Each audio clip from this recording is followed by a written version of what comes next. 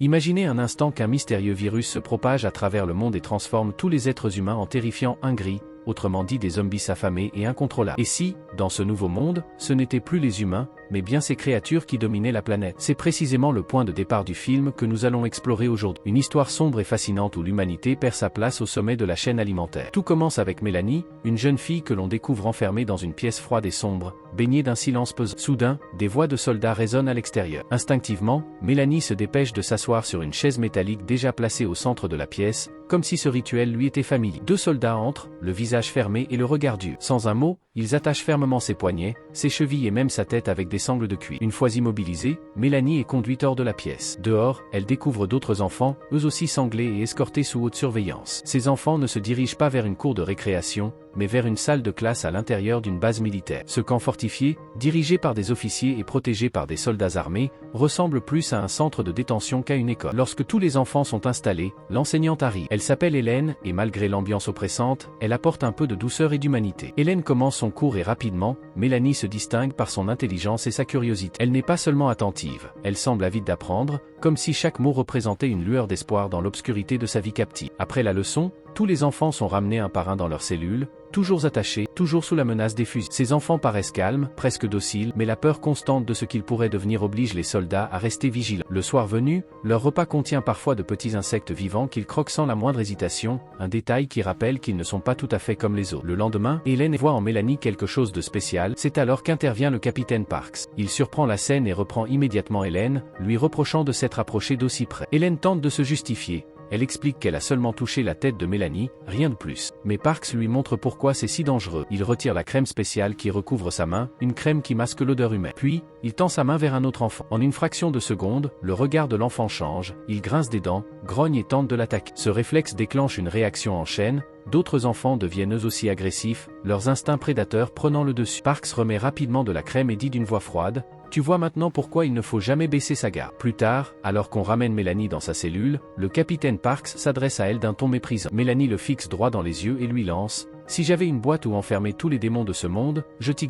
mettrais sans hésiter, et je refermerais le couvercle pour toujours. » Fou de rage, Parks la laisse ligoter, seule dans sa cellule froide, comme pour lui rappeler qu'ici, même les plus courageux n'ont aucun pouvoir. Plus tard dans la nuit, Hélène repasse devant la cellule où est retenue Mélanie. Elle remarque que la jeune fille est toujours solidement attachée, abandonnée à elle-même dans cette obscurité glaciale. Hélène appelle des soldats pour demander de l'aide, mais aucun d'eux ne répond. Elle prend alors une décision risquée, entrer elle-même dans la cellule et détacher Mélanie. Mais au moment où elle commence à défaire ses liens, quelque chose change. L'odeur du corps chaud d'Hélène réveille brusquement l'instinct prédateur enfoui au fond de Mélanie. Elle lutte intérieurement, tente de résister, mais sans la faim monstrueuse prendre le dessus. Terrifiée par ce qu'elle sent arriver, Mélanie hurle à Hélène de partir immédiatement. Malheureusement, ces mots se transforment en un geste violent. Elle attaque Hélène. Par chance, Hélène parvient à s'échapper de la cellule juste à temps. Elle s'enduit précipitamment les mains et le visage de la fameuse crème qui masque son odeur humaine, et Mélanie, retrouvant peu à peu son calme, parvient à se maîtriser. Le lendemain, le capitaine Parks décide de changer la routine. Il ne conduit pas Mélanie en classe, mais l'emmène dehors, dans une zone grillagée surveillée par des soldats. De l'autre côté du grillage, une scène cauchemardesque, des dizaines de zombies, ces fameux hungry. Les soldats commencent à tirer pour les contenir, faisant résonner des coups de feu dans l'air froid. On comprend alors la terrible vérité. Un champignon parasite s'est répandu sur la planète, réduisant l'humanité à l'état de prédateur dénué de pensée et de conscience. Pire encore, quiconque est mordu par un hungry devient inévitablement l'un d'eux,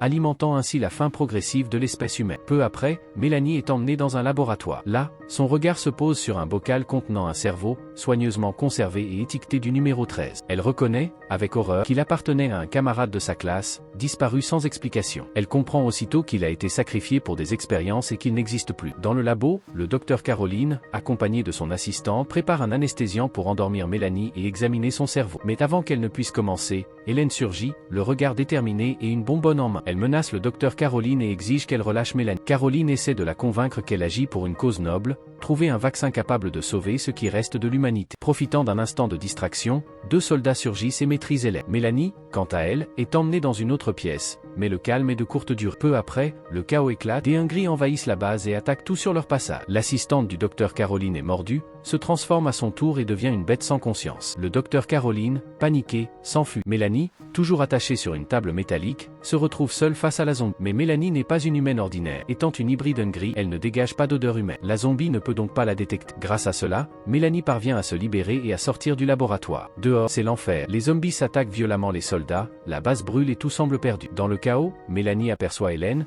capturée par 2 soldats aux intentions douteuses. Sans hésiter, Mélanie se jette sur eux et les attaque avec une force sauvage, les neutralisant pour sauver Hélène. Mais l'effort est trop intense. Mélanie s'effondre et perd connaissance. Hélène prend alors Mélanie dans ses bras, essayant de la protéger malgré le danger imminent. Les zombies se rapprochent dangereusement, prêts à les dévorer. C'est alors qu'une voiture militaire surgit à toute vitesse. Hélène grimpe à l'intérieur avec Mélanie, haletante et tremblant. À bord, elle découvre le docteur Caroline, déjà installé, et le sergent Parks qui tient fermement le volant. Les hordes de zombies furieux courent après le véhicule, frappant et griffant la carrosserie, mais la voiture parvient à s'éloigner du champ de bataille. Voyant Mélanie, Parks ne peut cacher sa méfiance. Il pointe aussitôt son arme vers elle, craignant qu'elle ne perde le contrôle et ne morde quelqu'un. Hélène s'interpose courageusement entre Mélanie et le canon de l'arme que Parks pointe sur elle. Elle parvient à convaincre le sergent, d'une voix ferme mais tremblante, qu'il ne faut pas la tuer. Finalement, le groupe décide d'attacher Mélanie et de lui mettre un masque spécial pour l'empêcher de mordre. Mais ils reprennent la route, le moteur vrombissant sur un silence lourd. Un peu plus tard, alors que le soleil décline, ils s'arrêtent près d'une rivière pour trouver de l'eau potable. Mais leur halte tourne rapidement au drame.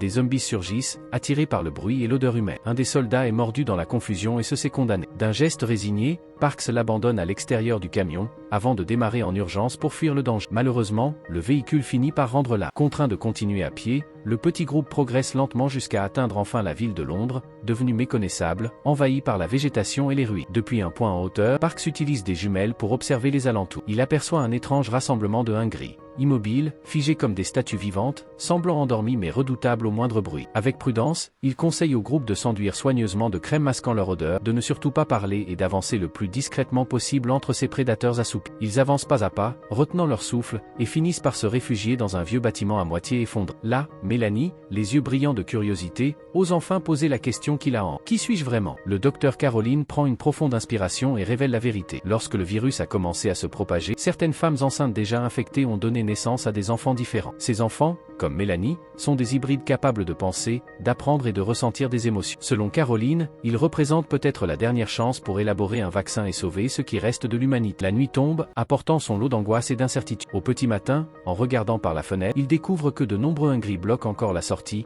immobiles mais prêts à bondir au moindre signe. Mélanie propose une idée audacieuse, descendre seule pour attirer ces monstres ailleurs et dégager le passage. Caroline, inquiète, craint qu'elle ne revienne jamais, mais Mélanie jure de revenir. En bas, Mélanie aperçoit un chien errant qu'elle attire habilement jusqu'au Hongrie. Le simple mouvement de l'animal suffit à réveiller leur instinct prédateur. Ils se mettent à poursuivre le chien, créant une ouverture pour que le reste du groupe puisse descendre en toute sécurité. En avançant, le groupe tombe sur un spectacle terrifiant. Des cadavres de Hongrie recouverts de lianes massives, semblables à des racines géantes, qui s'étendent et envahissent un immeuble entier. Le docteur Caroline leur explique qu'il s'agit de la deuxième phase du champignon parasite. Lorsque celui-ci atteindra sa maturité, il libérera des spores mortels dans l'air, menaçant d'achever l'espèce humaine. Heureusement, il trouve un vieux laboratoire mobile, encore alimenté grâce à des panneaux solaires, et s'y installe pour se reposer et élaborer un plan. Mais le répit est de courte durée. Un des soldats part seul en quête de nourriture et tombe par hasard sur d'autres enfants hybrides, sauvages et menaçants. Ces derniers l'attaquent brutalement et le tuent. Prévenue trop tard, Mélanie se précipite sur place avec Parks et Hélène. Elle découvre qu'un des hybrides est un leader, armé d'une batte de baseball,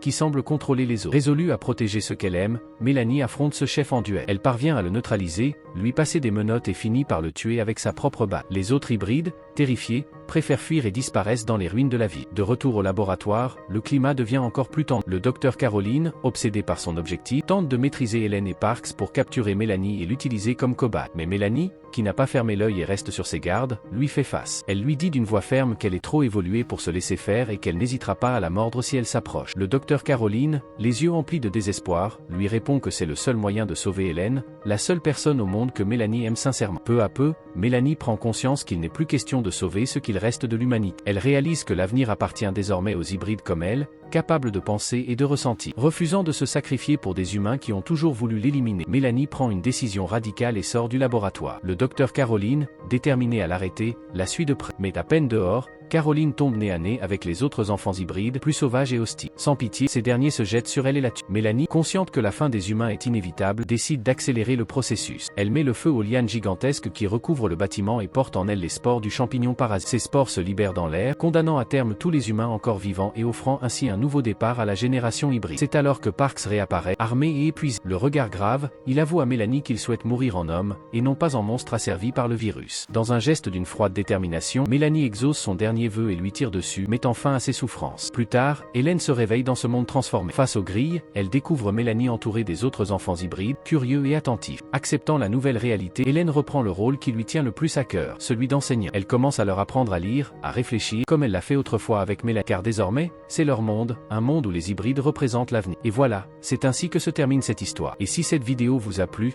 n'oubliez pas d'abonner à la chaîne pour ne pas manquer les prochaines histoires qu'on vous prépare.